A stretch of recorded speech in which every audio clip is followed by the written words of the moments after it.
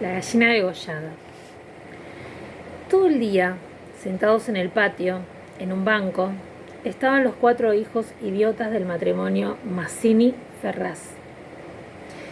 Tenían la lengua entre los labios, los ojos estúpidos y volvían la cabeza con toda la boca abierta.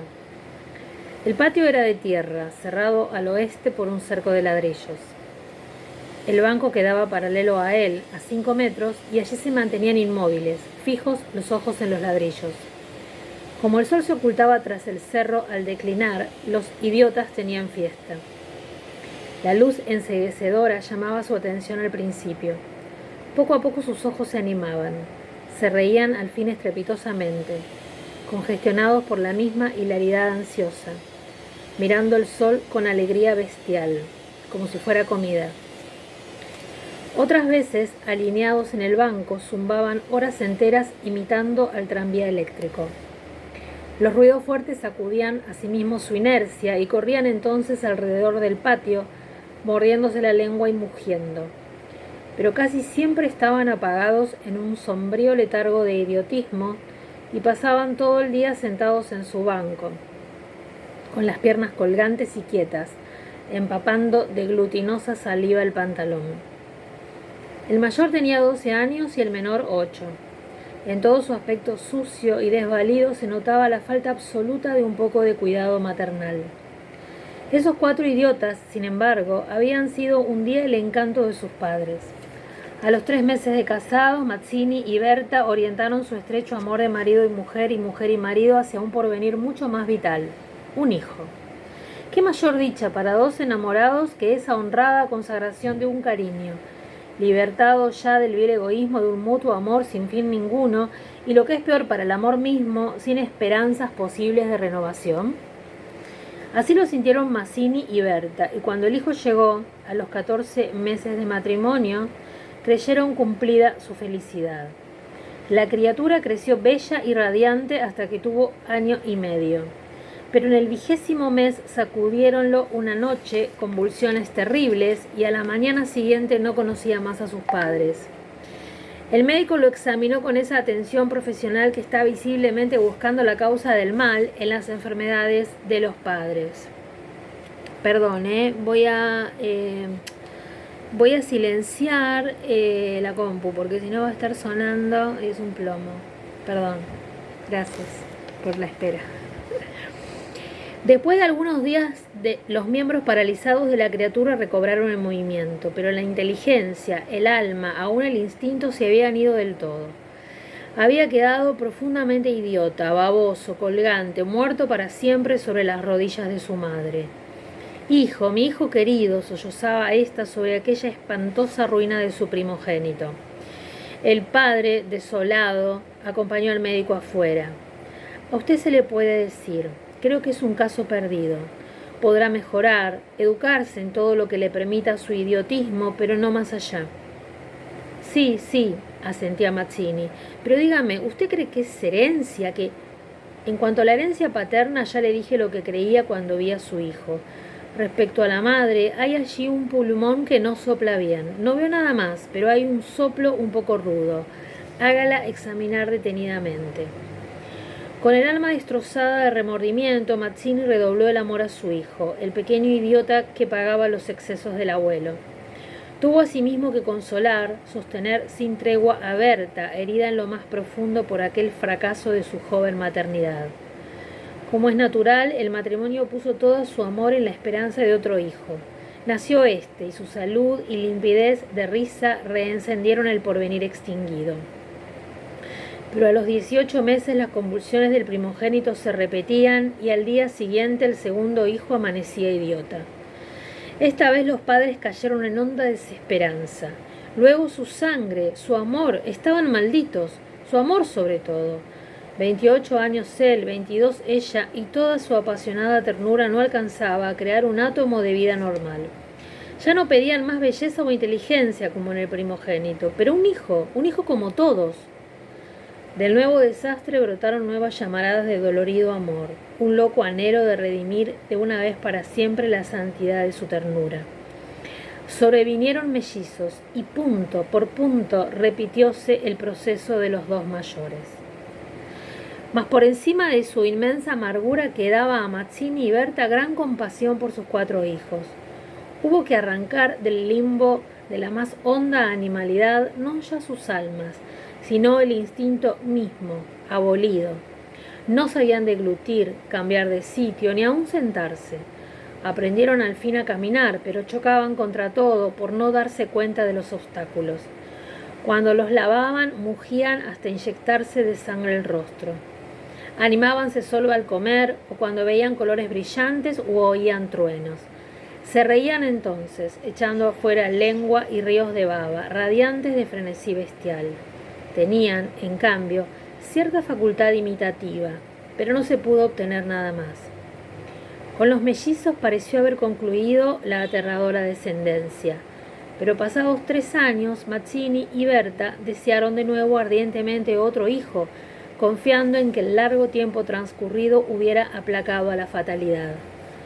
No satisfacía sus esperanzas, y en ese ardiente anhelo que se exasperaba en razón de su infructuosidad, se agriaron. Hasta ese momento cada cual había tomado sobre sí la parte que le correspondía en la miseria de sus hijos, pero la desesperanza de redención ante las 4 bestias que habían nacido de ellos echó afuera esa imperiosa necesidad de culpar a los otros, que es patrimonio específico de los corazones inferiores.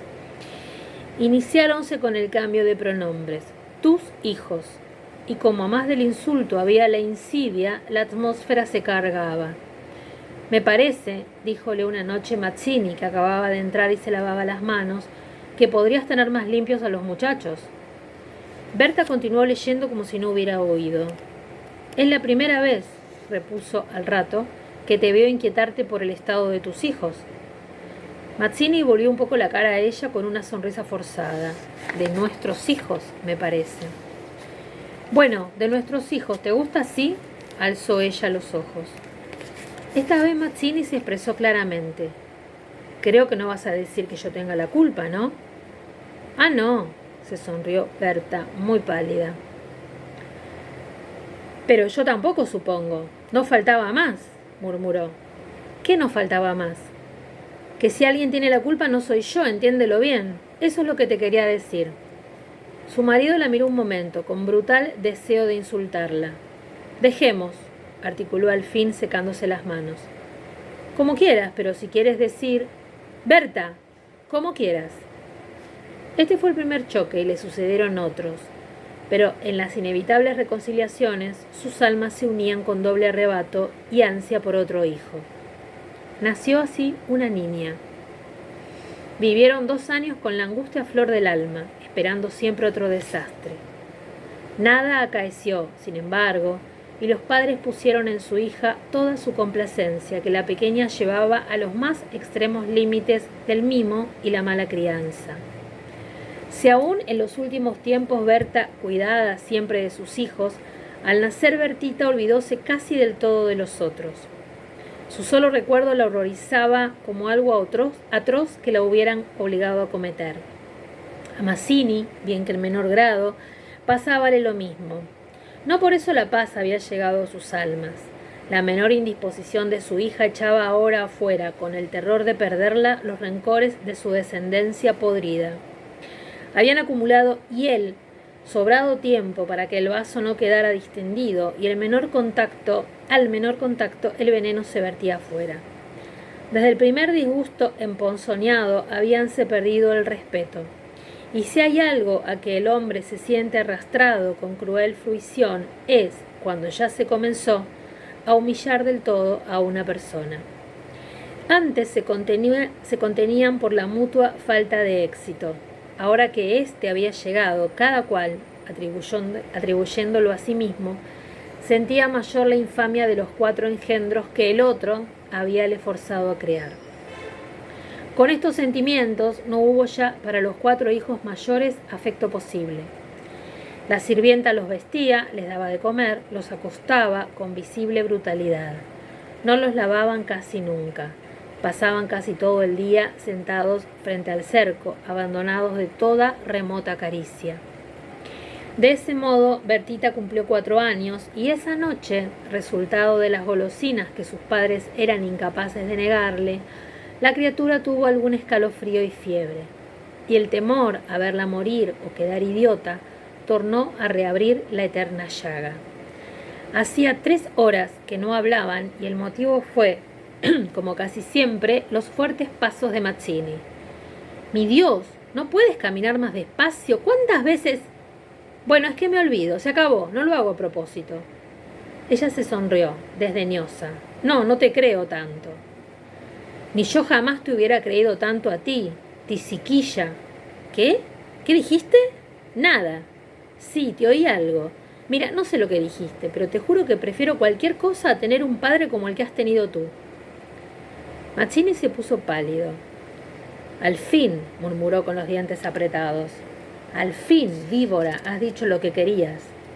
«Sí, víbora, sí, pero yo he tenido padres sanos, ¿oyes? Sanos.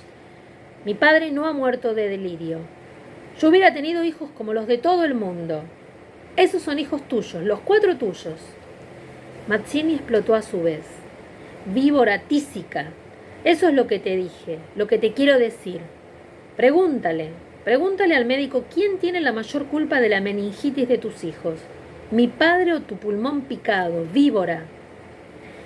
Continuaron cada vez con mayor violencia, hasta que un gemido de Bertita selló instantáneamente sus bocas.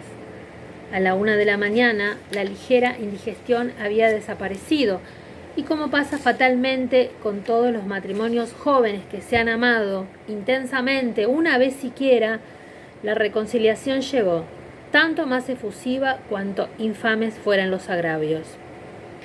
Amaneció un espléndido día y mientras Berta se levantaba, escupió sangre. Las emociones y mala noche pasada tenían sin duda gran culpa. Mazzini la retuvo abrazada largo rato y ella lloró desesperadamente, pero sin que ninguno se atreviera a decir una palabra. A las 10 decidieron salir, después de almorzar. Como apenas tenía tiempo, ordenaron a la sirvienta que matara una gallina. El día, radiante, había arrancado a los idiotas de su banco, de modo que mientras la sirvienta degollaba en la cocina al animal, desangrándolo con parsimonia, Berta había aprendido de su madre este buen modo de conservar la frescura de la carne, creyó sentir algo como respiración tras ella. Volvióse y vio a los 4 idiotas, con los hombros pegados uno a otro, mirando estupefactos la operación.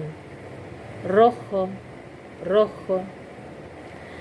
«Señora, los niños están aquí en la cocina». Berta llegó. No quería que jamás pisaran allí, y ni aun en estas horas de pleno perdón, olvido y felicidad reconquistada podía evitarse esa horrible visión. Porque naturalmente cuanto más intensos eran los raptos de amor a su marido e hija, más irritado era su humor con los monstruos. «Que salgan, María, échelos, le digo». Las 4 bestias, sacudidas, brutalmente empujadas, fueron a dar a su banco. Después de almorzar salieron todos. La sirvienta fue a Buenos Aires y el matrimonio a pasear por las quintas. Al bajar el sol volvieron, pero Berta quiso saludar un momento a sus vecinas de enfrente. Su hija escapóse enseguida a casa. Entretanto, los idiotas no se habían movido en todo el día de su banco.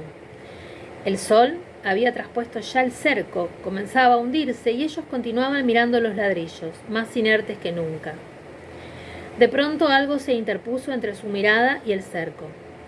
Su hermana, cansada de 5 horas paternales, quería observar por su cuenta. Detenida al pie del cerco, miraba pensativa la cresta. Quería trepar, eso no ofrecía duda.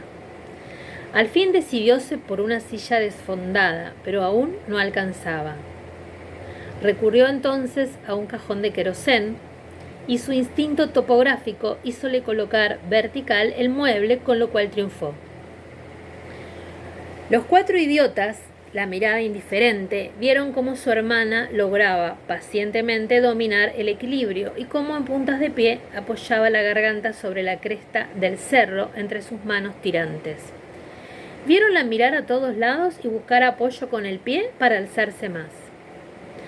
Pero la mirada de los idiotas se había animado. Una misma luz insistente estaba fija en sus pupilas. No apartaban los ojos de su hermana, mientras creciente sensación de gula bestial iba cambiando cada línea de sus rostros. Lentamente avanzaron hacia el cerco. La pequeña, que habiendo logrado calzar el pie iba ya a montar a horcajadas y a caerse del otro lado, seguramente sintióse cogida de una pierna. Debajo de ella, los 8 ojos clavados en los suyos le dieron miedo. «¡Soltame! ¡Déjame!», gritó sacudiendo la pierna. Pero fue atraída. «¡Mamá! ¡Ay, mamá! ¡Mamá! ¡Papá!», lloró imperiosamente. Trató aún de sujetarse del borde, pero sintióse arrancada y cayó. «¡Mamá! ¡Ay, ma!». No pudo gritar más. Uno de ellos le apretó el cuello, apartando los bucles como si fueran plumas, y los otros la arrastraron de una sola pierna hasta la cocina, donde esa mañana se había desangrado la gallina bien sujeta, arrancándole la vida segundo por segundo. Mazzini, en la casa de enfrente, creyó oír la voz de su hija. «Me parece que te llama», le dijo a Berta. Prestaron oído, inquietos, pero no oyeron más. Con todo, un momento después se despidieron, y mientras Berta iba a dejar su sombrero, Mazzini avanzó en el patio. «¡Bertita!». Nadie respondió. «¡Bertita!», alzó más la voz, ya alterada. Y el silencio fue tan fúnebre para su corazón siempre aterrado, que la espalda se le heló del horrible presentimiento. «¡Mi hija! ¡Mi hija!». Corrió ya desesperado hacia el fondo. Pero al pasar frente a la cocina vio en el piso un mar de sangre. Empujó violentamente la puerta, entornada, y lanzó un grito de horror. Berta, que ya se había lanzado corriendo a su vez al oír el angustioso llamado del padre, oyó el grito y respondió con otro. Pero al precipitarse en la cocina, Mazzini, lívido como la muerte, se interpuso, conteniéndola. «¡No entres! ¡No entres!». Berta alcanzó a ver el piso inundado de sangre. Solo pudo echar sus brazos sobre la cabeza y hundirse a lo largo de él con un ronco suspiro. Horacio Quiroga, La gallina degollada y otros cuentos. El horror.